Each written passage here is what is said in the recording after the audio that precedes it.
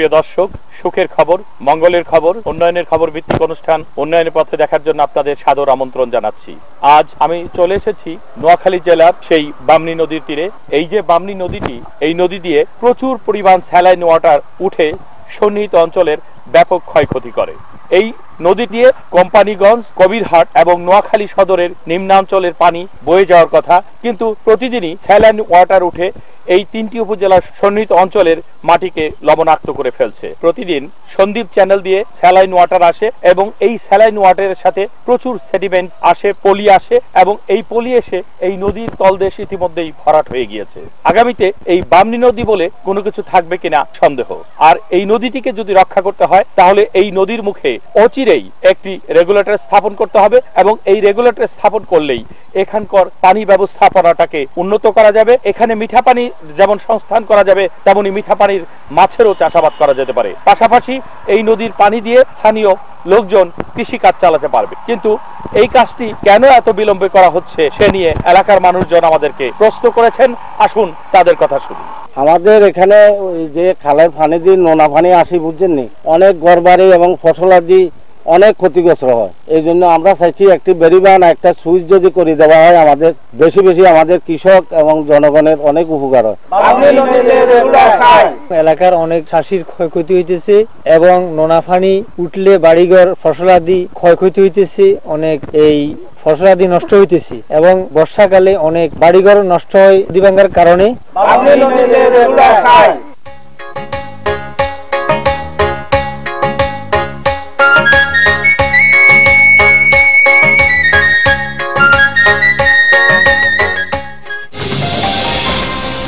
সুপ্রিয় দর্শক, আমি এখন চলে এসেছি নোয়াখালীর সেই সন্দ্বীপ চ্যানেলে। এই যে সন্দ্বীপ চ্যানেল, এই সন্দ্বীপ চ্যানেল চরালাহি ইউনিয়নের এই চরল্যাংটাটাকে বারবার খাবলে খাবলে খেয়েছে। এখানে এই বছর যে বিকল্প বাদ দেওয়া হয়, বেরি বাদ দেওয়া হয়, সামনের বছর তা টেকে না। এই যে বাঁধটির উপর দাঁড়িয়ে আমি কথা বলছি, এই বাঁধটি 2010 সালে নির্মাণ করা হয়েছিল। এই বাঁধটি মানুষকে রক্ষার কথা ছিল, এই বাঁধটি এলাকার সম্পদ রক্ষার কথা ছিল, অথচ বাঁধটি নিজেকেই রক্ষা করতে পারেনি। এভাবে একটির পর একটি বাঁধ দেওয়া হচ্ছে এবং সেটা আবার চ্যানেলে বিলীন হয়ে যাচ্ছে। এই এলাকার ভাঙন কবলিত মানুষের সাথে আমরা কথা বলেছি, তারা আমাদেরকে জানিয়েছেন এভাবে একটির পর একটি বাঁধ দিয়ে তাদেরকে রক্ষা করা যাবে না, রক্ষা করা যাবে না এই এলাকার সম্পদ ও জমিজিরাত।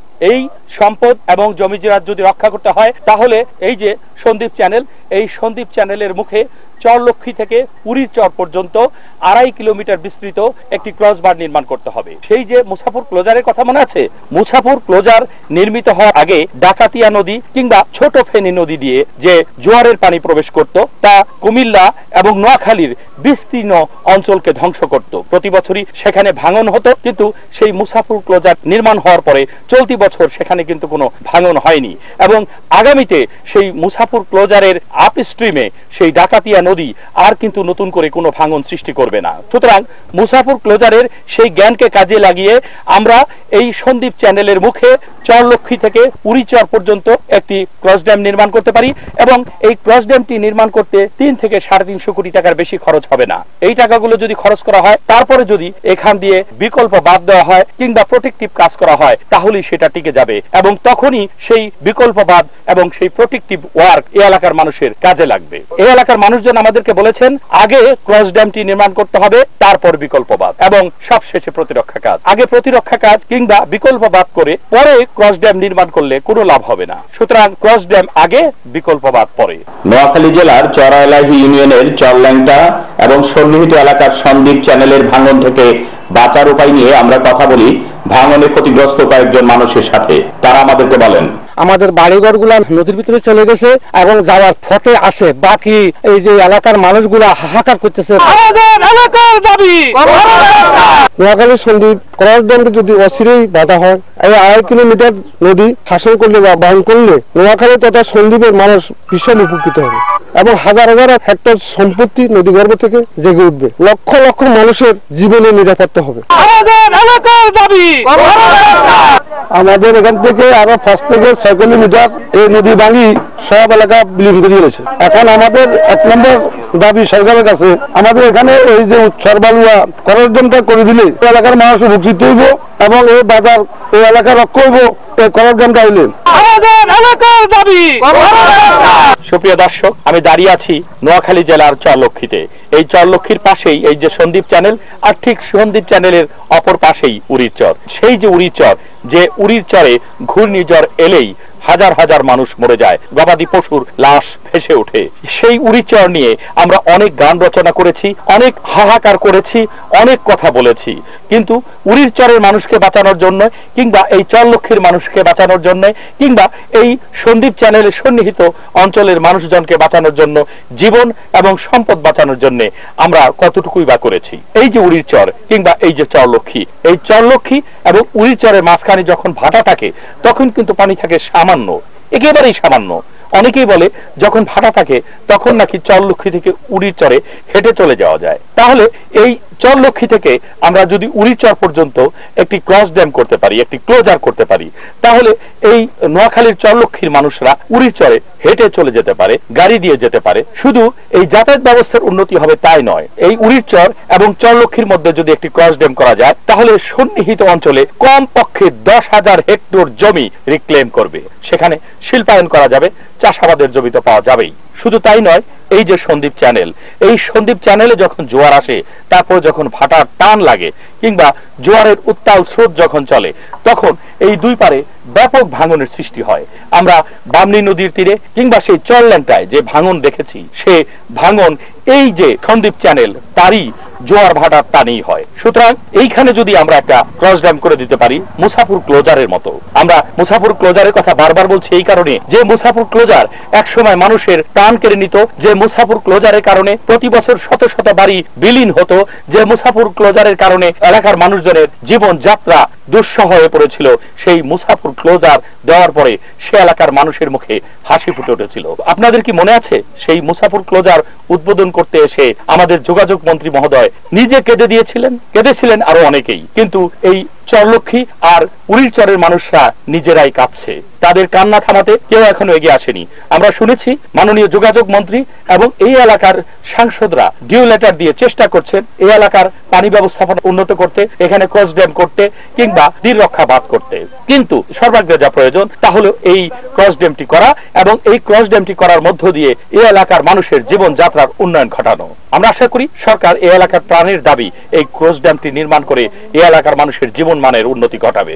নোয়াখালী জেলার চরলক্ষ্মী থেকে উড়ির চর পর্যন্ত প্রস্তাবিত ক্লোজার নির্মাণ নিয়ে আমাদের সাথে কথা বলেন নোয়াখালী পৌর বিভাগের নির্বাহী প্রকৌশলী মোহাম্মদ জহিরুল ইসলাম। তিনি আমাদেরকে বলেন, এই এলাকার নদী ভাঙ্গন একটা প্রকট সমস্যা। এই নদী ভাঙ্গন এলাকাকে রক্ষা করার জন্য বাংলাদেশ পানি উন্নয়ন বোর্ড এখানে বেড়িবাঁধ নির্মাণ করে আসছে 60-এর দশক থেকে। বিভিন্ন সময় বাংলাদেশ পানি উন্নয়ন board cross dam 1, cross dam 2 নির্মাণ করার ফলে বিশাল এরিয়ার চর ডেভেলপড হয়েছে। এই এলাকার জনগণের দাবি উড়ির চর এবং চরল্যাংটার সাথে একটা যোগাযোগ স্থাপন করা, ক্রস ড্যাম করতে চাচ্ছে তারা। কারণ এই ক্রস ড্যামটা হলে এলাকার মানুষের এই এলাকার নদী ভাঙ্গন থেকে রক্ষা পাবে এবং বিশাল এলাকা রিক্লেম হবে এবং প্রতি বছর নোনা পানি দিয়ে এলাকার ফসল ক্ষতিগ্রস্ত হয়। এই জন্য এই ক্রস ড্যামটা করা অত্যন্ত জরুরি। ইতিমধ্যে আমরা এটার ডিপিপি প্ল্যানিং কমিশনে পাঠানো হয়েছে। প্ল্যানিং কমিশনের প্রক্রিয়াধীন আছে। এটার ব্যয় ধরা হয়েছে 465 কোটি টাকার মতন। 465 কোটি টাকা যদি আমরা ব্যয় করি তাহলে আমরা 10,000 হেক্টর জমি উদ্ধার পাবো এবং নদী ভাঙ্গন থেকে রক্ষা পাবো। প্রতি বছর প্রায় 100 কোটি টাকার ফসল উৎপাদন হবে। মুসাফুর ক্লোজার পাওয়ার এক বিরাট সাফল্য। প্রকৃতির সাথে বারবার লড়াই করে বিডিপিএল এর আশ্রয় ও প্রশ্রয়ে এই কাজটি বাস্তবায়িত করে ওয়েস্টার্ন ইঞ্জিনিয়ারিং প্রাইভেট লিমিটেড নামের একটি স্বনামখ্যাত ঠিকাদারি প্রতিষ্ঠান। চরলক্ষ্মী থেকে উড়ির চর পর্যন্ত প্রস্তাবিত ক্লোজার নির্মাণ প্রসঙ্গে আমরা কথা বলি এই প্রতিষ্ঠানের ব্যবস্থাপনা পরিচালক বশির আহমেদের সাথে। তিনি আমাদেরকে বলেন, মুসাফুর ক্লোজার শুরু করেছি 2013 সালে এবং এই ক্লোজার নির্মাণের বহু প্রতিকূলতার অবস্থার ভেতর দিয়ে ক্লোজারের কাজ সম্পাদন করতে হয়েছে। আপনি জানেন হয়তো যে আমরা পরপর 2 বছরের পিছনে অবিরাম চেষ্টা করেও এটা সফল কাম হতে পারি নাই।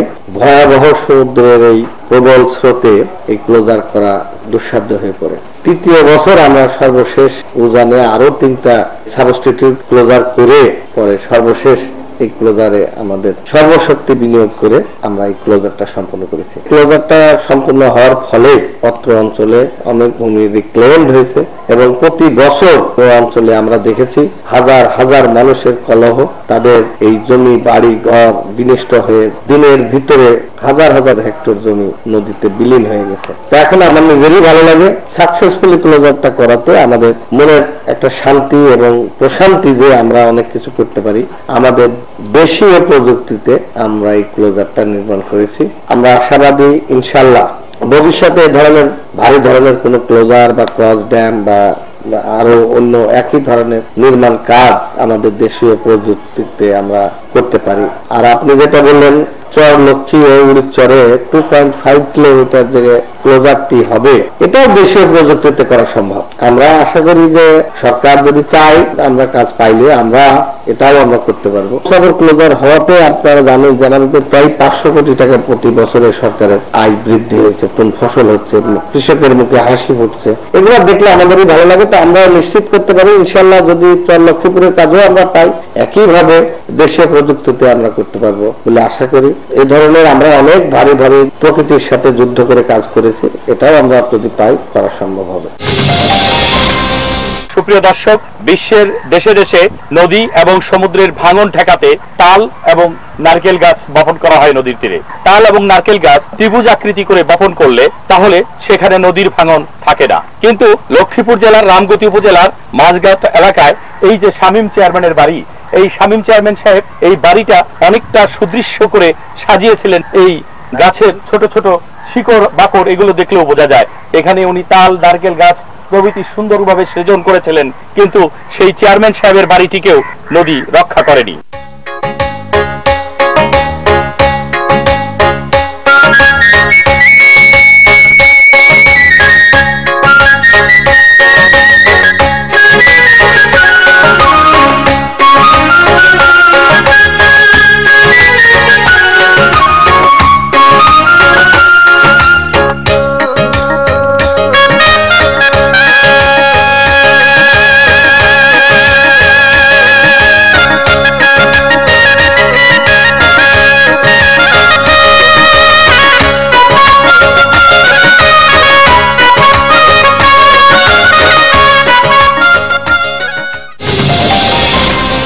সুপ্রিয় দর্শক, লোয়ার মেঘনার প্রচন্ড দাপটে চর আলেকজান্ডার যখন বিধ্বস্ত, তখন বাংলাদেশ পানি উন্নয়ন বোর্ড এখানে একটি ডিপিপি প্রণয়ন করেছে এবং সেই ডিপিপির অংশ হিসেবে এখানে 3.5 কিলোমিটার প্রোটেক্টিভ ওয়ার্ক হচ্ছে।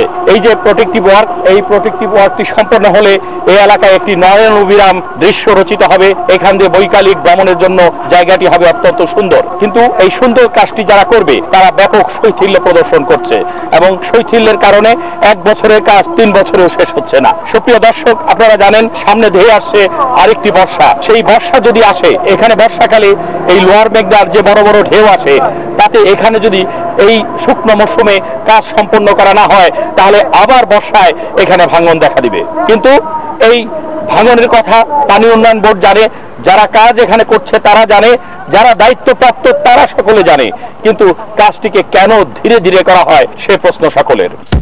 সুপ্রিয় দর্শক, কবিতায় পড়েছিলাম আমাদের ছোট নদী চলে বাঁকে বাঁকে, বৈশাখ মাসে তার হাঁটু জল থাকে। কিন্তু এই পৌষ মাসেও এই ছোট ফেনী নদীতে হাঁটু জলও নেই। এই ছোট ফেনী নদীটির অনেক গুরুত্ব আছে। সেই কুমিল্লার নিম্নাঞ্চল থেকে যে ডাকাতিয়া নদীটি এসেছে, সেই ডাকাতিয়া নদীটি গুণবতী নামক স্থান থেকে ছোট ফেনী নদী নাম ধারণ করেছে। কুমিল্লার নিম্নাঞ্চলের পানি এই ছোট ফেনী নদী দিয়েই মুছাপুরের রেগুলেটর হয়ে সন্দ্বীপ চ্যানেলে গিয়ে পড়ে। কিন্তু সেই ছোট ফেনী নদীর বেড যদি এভাবে উঁচু হয়ে যায়, এর মধ্যাঞ্চল যদি এভাবে উঁচু হয়ে যায়, তাহলে সেই মুছাপুর রেগুলেটর পর্যন্ত পানি পৌঁছতে পারবে না। আর পানি যদি সেখান দিয়ে নিষ্কাশিত না হয় তাহলে এই সমগ্র অঞ্চলেই জলাবদ্ধতার সৃষ্টি হবে। আমাদের কপোতাক্ষ নদীর কথা মনে আছে, আমাদের মনে আছে ভবদহের কথা। আমাদের এই যে সুন্দর একটি ছোট ফেনী নদী, এই নদীর কারণে এই অঞ্চলে যাতে কোনো জলাবদ্ধতার সৃষ্টি না হয় সে ব্যাপারে আমাদের খেয়াল রাখতে হবে। এদেশে যারা মরফোলজি জানেন, যারা নদীর ব্যবস্থাপনার কথা জানেন, তারা জানেন আমাদের যে নোয়াখালী এবং ফেনী, এটার মধ্যাঞ্চল অনেকটা নিচু। এই মধ্যাঞ্চল নিচু থাকার কারণে এমনিতেই এখানে জলাবদ্ধতা আছে, কোনোভাবেই এখানকার জলাবদ্ধতা নিরসন করা যাচ্ছে না। মুসাফর ক্লোজার নির্মাণ করার পরে এই এলাকায় যে ভাঙন জনিত যে সমস্যাটা ছিল ছোট ফেনী নদীতে, ডাকাতিয়া নদীতে, সেটা নিরসন হয়েছে। কিন্তু এই যে ছোট ফেনী নদীর বেড উঁচু হয়ে গেছে, সেই উঁচু হওয়ার কারণে এই এলাকার জলাবদ্ধতার সমস্যা দিনের পর দিন বাড়বে। আর এ কারণেই সেই মুসাফর ক্লোজার থেকে 50-60 কিলোমিটার আপস্ট্রিম পর্যন্ত যদি এই নদীটি খনন করে দেওয়া যায়, ড্রেজিং করা যায়, তাহলে এখান দিয়ে পানি চলমান থাকবে এবং সন্নিহিত অঞ্চলে কোনো জলাবদ্ধতার সৃষ্টি হবে না। সুতরাং আমরা আশা করি এখানে পানি উন্নয়ন বোর্ড এবং পানি সম্পদ মন্ত্রণালয় খুব দ্রুত একটি ডিপিপি প্রণয়ন করবে এবং প্রণীত ডিপিপির আলোকে এই নদীটি কেটে দেবে, যাতে সন্নিহিত অঞ্চলে জলাবদ্ধতার সৃষ্টি না হয় এবং এই নদীটি বেঁচে থাকে।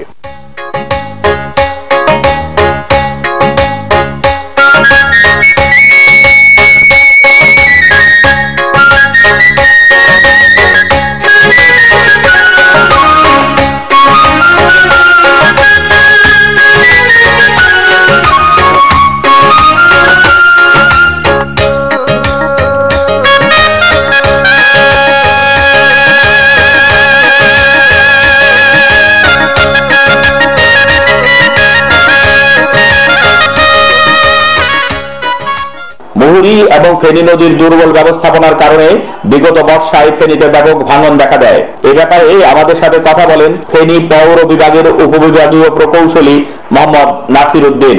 তিনি আমাদেরকে বলেন, 2015 সালের বন্যায় মুহুরী কহুয়া নদীর প্রায় 15টি স্থানে ব্রিজ হয়। ওই ব্রিজগুলো আমরা রাজস্ব বাজেটের আওতায় ক্লোজিং বাঁধ মেরামতের কাজ শুরু করেছি। অনেকগুলো শেষ হয়েছে, কিছু কাজ চলিতেছে। আমরা চেষ্টা করতেছি যাতে আগামী বন্যার আগে বাঁধগুলো সম্পূর্ণভাবে মেরামত ও রিসেকশনিং করা যায়।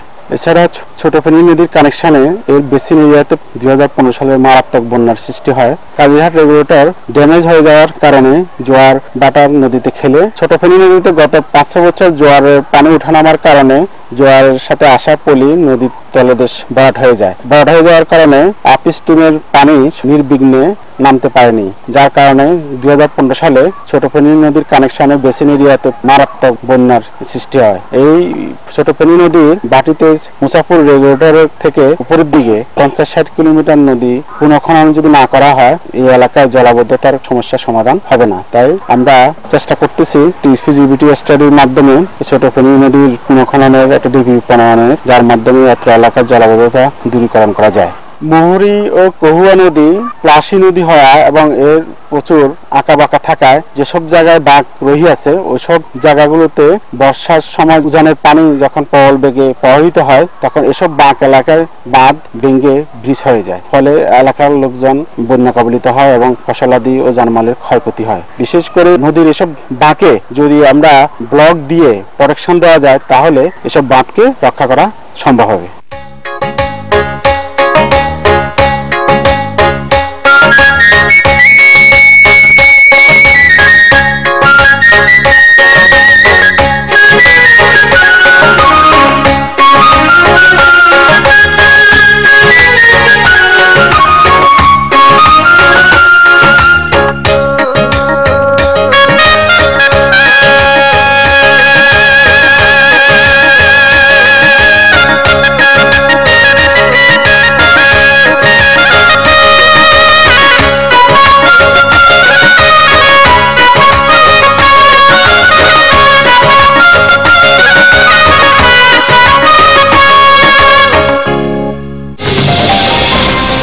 সুপ্রিয় দর্শক, যারা পানি উন্নয়ন বোর্ডের ঘোর সমালোচক, তাদেরকে একদিন এই মুহুরী প্রকল্পের কাছে নিয়ে আসা উচিত। এই মুহুরী প্রকল্প পানি উন্নয়ন বোর্ডের একটি বৃহৎ প্রকল্প এবং এই প্রকল্পটি পানি উন্নয়ন বোর্ডের এক বিরাট অর্জন। কিন্তু এই অর্জনটি সম্পর্কে অনেকেই জানে না। সেই 1985-86 সালে এই মুহুরী প্রকল্পের কার্যক্রম উদ্বোধন করা হয় এবং এই মুহুরী প্রকল্পের মাধ্যমে 40,086 হেক্টর জমি আবাদের আওতায় এসেছে। এই যে মুহুরী প্রকল্প, এটা বিনির্মাণে 156 কোটি টাকার মতো খরচ হয়। এটা কিন্তু 1973 থেকে 1985 সালের বাজার মূল্যের অনুপাতে হিসাব করতে হবে, কারণ তখনকার 156 কোটি টাকা বর্তমানের 1500 কোটি টাকার চেয়েও বেশি।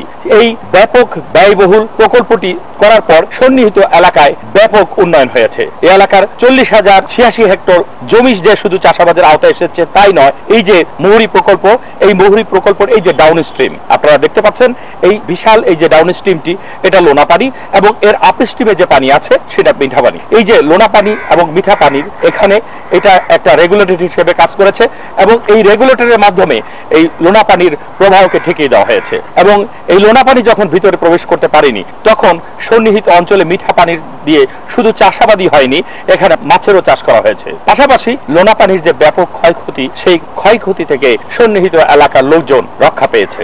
মুহুরী সেচ প্রকল্প নিয়ে আমাদেরকে কারিগরি ধারণা প্রদান করেন ফেনী পৌর বিভাগের একজন প্রকৌশলী। তিনি আমাদেরকে বলেন, ফেনী রেগুলেটরের ক্লোজার উপর দাঁড়িয়ে আছি। এটি ছিল ফেনী নদীর মূল ফ্লোটা এখানে ক্লোজার দিয়া বন্ধ করে দেওয়া হয়েছে, রেগুলেটরের ভিতর দিয়া ফ্লোটা চালু হয়ে গেছে। এদিক আপ স্ট্রিম, এদিক ডাউন স্ট্রিম। এই ক্লোজার নির্মাণের ফলে ডাউন স্ট্রিমে সিলটেশন হয়ে চর জায়গা হাজার হাজার একর আবাদি জমিতে পরিণত হয়েছে। ডাউন স্ট্রিমে এখন এটা মানুষ জমি জমা আবাদ করে, কেউ কেউ মৎস্য খামার করছে, কেউ আবাদ করছে। এখানে এটা আমাদের আপ স্ট্রিমে রিজার্ভার, হাজার হাজার একর রিজার্ভার তৈরি হয়েছে। এই রিজার্ভারে পানি দিয়ে আমাদের ইরিগেশন চলে। মুহুরী প্রকল্পের পুনর্বাসন ও মেরামত কর্মসূচি নিয়ে আমাদের সাথে কথা বলেন ইরিগেশন ম্যানেজমেন্ট ইমপ্রুভমেন্ট প্রজেক্টের প্রকল্প পরিচালক মোহাম্মদ শাহাবুদ্দিন। তিনি আমাদেরকে বলেন, irrigation management improvement project for Muhuri irrigation project প্রকল্পটি এশিয়ান উন্নয়ন ব্যাংকের অর্থায়নে এবং বাংলাদেশ সরকারের অর্থায়নে বাস্তবায়িত হতে চলছে। মুহুরী সেচ প্রকল্পের আওতায় যে ভৌত কাজগুলো তদারকি করার জন্য, ভূগর্ভস্থ পাইপলাইন ডিজাইন করার জন্য এবং বৈদ্যুতিকায়ন এবং স্মার্ট কার্ড সেচ চার্জ আদায়ের জন্য ইরিগেশন ম্যানেজমেন্ট অপারেটর নিয়োগ করা। মূলত এই হচ্ছে প্রকল্পের উদ্দেশ্য। প্রকল্পের টোটাল ব্যয় হচ্ছে 457 কোটি 35 লক্ষ টাকা, যার মধ্যে এডিবি 46 মিলিয়ন। এই প্রকল্পটি 2014 থেকে 2019 পর্যন্ত মেয়াদকাল এবং এই প্রকল্পের আওতায় ফেনী জেলার 5টি উপজেলা এবং চট্টগ্রাম জেলার মিরসরাই উপজেলা অন্তর্ভুক্ত। এই প্রকল্পের পাম্পগুলোকে আমরা বৈদ্যুতিকায়নের মাধ্যমে এটাকে পূর্ণাঙ্গভাবে চালু রাখবো। তারপরে ডিজেল পাম্পের মাধ্যমে পাম্পের খরচ কৃষকের জন্য অনেক সাশ্রয়ী হবে এবং আমরা এই প্রকল্পের মাধ্যমে কৃষকদের প্রত্যেকটা মাঠ নালায় সঠিকভাবে পানি পৌঁছে দেওয়ার নিশ্চয়তা বিধানের জন্য যে আইএমও অপারেটর নিয়োগ হচ্ছে, তার মাধ্যমে আমরা এখানে স্মার্ট কার্ড ব্যবহার করে সেচ সুবিধা কৃষকের মাঠে তার ঘরে পৌঁছে দেওয়ার চেষ্টা করা হবে। এবং এই প্রকল্পের সাফল্যের উপরে ভিত্তি করে আমাদের বাংলাদেশ পানি উন্নয়ন কর্তৃক পরিচালিত আরো 2টি বৃহত্তম সেচ প্রকল্প, গঙ্গা কপোতাক্ষ প্রকল্প ও তিস্তা ব্যারেজ প্রকল্পকে অনুরূপভাবে আধুনিকায়ন এবং পুনর্বাসনের পরিকল্পনা হাতে নেওয়া হয়েছে। আমরা কথা বলি পাউবর অতিরিক্ত মহাপরিচালক আব্দুল হাই বাকির সাথে। তিনি আমাদেরকে বলেন, মুহুরী সেচ প্রকল্পটি 1985 সালে উদ্বোধনের পর দীর্ঘ 30 বছরে কোনো পুনর্বাসন বা মেরামত হয়নি। এতে করে প্রকল্পের কার্যকারিতা অনেকাংশে হ্রাস পেয়েছে। বাংলাদেশ পানি উন্নয়ন বোর্ড 457 কোটি টাকার একটি প্রকল্প হাতে নিয়েছে। এই প্রকল্পের আওতায় প্রকল্প এলাকার খাল খনন, বাঁধ নির্মাণ, বৈদ্যুতিক স্ট্রাকচার যা কিছু আছে মেরামত ও বিদ্যমান যে সমস্ত অবকাঠামো আছে সেগুলি পুনর্বাসন রয়েছে। আমরা খুব তাড়াতাড়ি এই প্রকল্পটি আরম্ভ করব এবং এই প্রকল্পটি সমাপ্ত হলে স্থানীয় জনগণের সামাজিক উন্নয়ন, আর্থসামাজিক অবস্থা ব্যাপক উন্নতি ঘটবে। নোয়াখালী জেলার চরলক্ষ্মীপুর হতে উড়িচর পর্যন্ত যে ক্রসডামটির জন্য আমরা কাজ করছি আর কি, সেটা বাস্তবায়ন করতে হলে কেস স্টাডি করতে হবে, আমাদের ফিজিবিলিটি স্টাডি করতে হবে। ফিজিবিলিটি স্টাডি হলে সেখান থেকে আসবে যে প্রকল্পটা করা ফিজিবল হবে কিনা হবে না, এবং এটাও আমরা খুব তাড়াতাড়ি করব যাতে ওই এলাকার মানুষজনের ল্যান্ড রিক্লেম হয়, জমি উদ্ধার হয় এবং মানুষের আর্থসামাজিক অবস্থা উন্নতি হয়। আমরা কথা বলি পাউবর বর্তমান মহাপরিচালক আব্দুল লতিফ মিয়ার সাথে।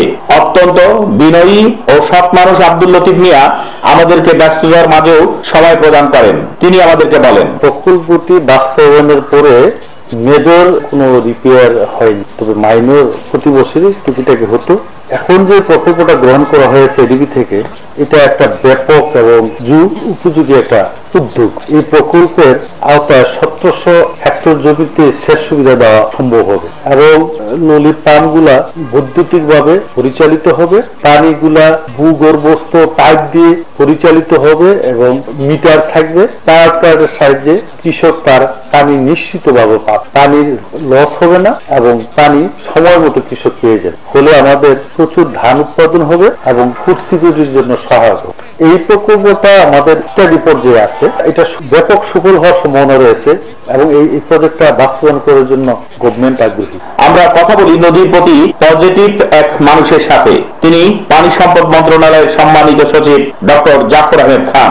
তিনি আমাদেরকে বলেন, দীর্ঘদিন পরে এবং কাঞ্চনজঙ্ঘার মতো প্রচেষ্টা করে আমরা মুসাফির ক্লোজার নির্মাণ করেছি। আমি মনে করি এই মন্ত্রণালয় এবং পানি উন্নয়ন বোর্ডের নিজস্ব এক্সপার্টদের দিয়ে, নিজস্ব কন্ট্রাক্টরকে দিয়ে এই প্রথম একটা বড় ধরনের ক্লোজার নির্মাণ করা হয়েছে, যার জন্য ওই এলাকায় প্রচুর ভূমি পুনরুদ্ধার করা সম্ভব হয়েছে, লবণাক্ততা রোধ করা সম্ভব হয়েছে। এবং আপনি জানেন যে নোয়াখালী জেলাটাই হলো বিভিন্ন ক্রস ড্যাম দিয়ে তৈরি। 60-এর দশকে যে পোহা ড্যাম দিয়ে নোয়াখালী জেলায় ভূমি উদ্ধার কাজ শুরু হয়, কালক্রমে এই বিভিন্ন ক্রস ড্যাম দিয়েই নোয়াখালী জেলাটা সৃষ্টি হয়েছে। চরলক্ষ্মী থেকে উড়িরচর পর্যন্ত 2.5 কিলোমিটার জায়গায় যদি একটা ক্রস ড্যাম দেওয়া যায়, সাথে সাথে হাতিয়া থেকে নিজুম দ্বীপ পর্যন্ত 1 কিলোমিটার যদি একটা ক্রস ড্যাম আমরা দিতে পারি, তাহলে প্রচুর জমি আমরা পুনরুদ্ধার করতে পারবো।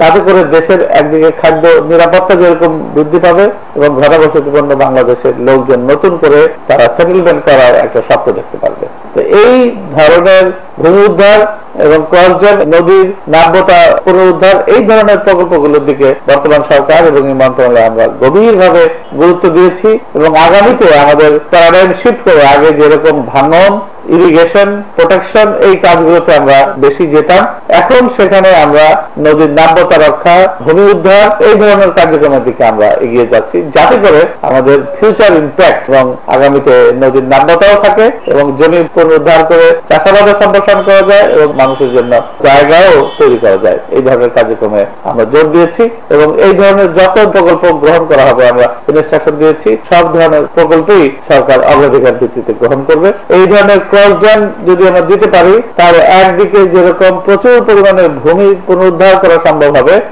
একইভাবে আমরা সমুদ্রের যে লবণাক্ততা আছে, এই লবণাক্ততা থেকে ওই জায়গাটাকে রক্ষা করে সেখানে চাষাবাদ উপযোগ্য এবং বসবাস উপযোগী করতে সক্ষম হব। আমি মনে করি যে কার্যক্রমগুলো করলে আমাদের মন্ত্রণালয় এবং পানি উন্নয়ন বোর্ডের ভাবমূর্তি অনেকখানি উজ্জ্বল হবে। এই মন্ত্রণালয়ের আওতায় যে সমস্ত ইরিগেশন প্রজেক্ট নেওয়া হয়েছে, মুহুরী প্রজেক্ট তার অন্যতম। 1985 সালের দিকে এই প্রকল্পটা গ্রহণ করা হয়েছে। তারপর থেকে এই প্রকল্পে আর কোন ধরনের কার্যক্রম, মেইনটেনেন্স এবং কোন ধরনের সংরক্ষণমূলক কাজ গ্রহণ করা হয় নাই। এইবারই প্রথম এডিবির আর্থিক সহায়তায় প্রায় 457 কোটি টাকা ব্যয়ে এই প্রকল্প পুনরায় আবার মেইনটেনেন্স কার্যক্রম শুরু হয়েছে। পানির সঠিক ব্যবহার প্লাস কৃষকদের সংগঠিত করা এবং তাদেরকে উদ্বুদ্ধকরণ কার্যক্রম শুরু হয়েছে।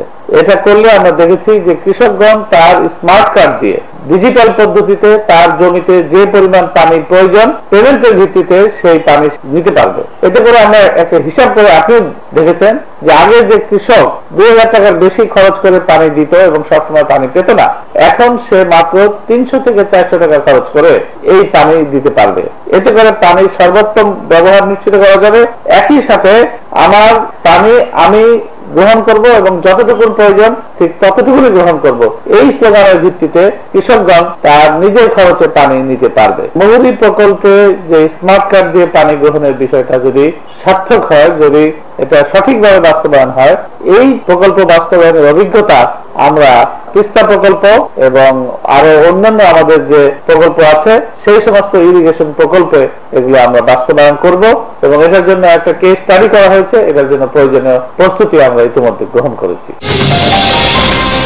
সুপ্রিয় দর্শক, এই মুহুরী প্রকল্পের কাছে এসে সকলেই বুঝবেন পানি উন্নয়ন বোর্ড আসলে কি ধরনের কাজ করে। পানি উন্নয়ন বোর্ডের বড় ব্যর্থতা হলো পানি উন্নয়ন বোর্ড যে সমস্ত ভালো কাজ করে তার কোনো প্রচার নেই। পানি উন্নয়ন বোর্ড যে সমস্ত জনকল্যাণমুখী কাজ করে, যে সমস্ত কৃষক বান্ধব কাজ করে, সেই সমস্ত কাজের কথা কেউ জানে না। পানি উন্নয়ন বোর্ডের পোল্ডার দিয়ে গাড়ি চলে, পানি উন্নয়ন বোর্ডের বাঁধ দিয়ে গাড়ি চলে, পানি উন্নয়ন বোর্ড বাঁধ দিয়ে ফন্ডিত অঞ্চলের মানুষকে রক্ষা করে, পানি উন্নয়ন বোর্ড কৃষির জন্য কাজ করে, পানি উন্নয়ন বোর্ড অনেক কাজই করে, কিন্তু সেই সমস্ত কাজের কোনো প্রচার নেই। আমরা আহ্বান জানাবো পানি উন্নয়ন বোর্ডের কর্মকর্তারা যে শুধু চোরই নয়, পানি উন্নয়ন বোর্ডের কর্মকর্তারা যে শুধু দুর্নীতিবাজি নয়, তারাও যে ভালো কাজ করে, সেই ভালো কাজগুলো আমাদের পাশাপাশি পানি উন্নয়ন বোর্ডের প্রচার সেল এবং মন্ত্রণালয় তাদের নিজস্ব ব্যবস্থাপনায় এই প্রচারণা চালাবেন, এই আশাবাদ ব্যক্ত করে এই মুহুরী প্রকল্পের মতো একটি সুন্দর প্রকল্প থেকে আজকের অনুষ্ঠানের ইতি টানছি। আল্লাহ হাফেজ।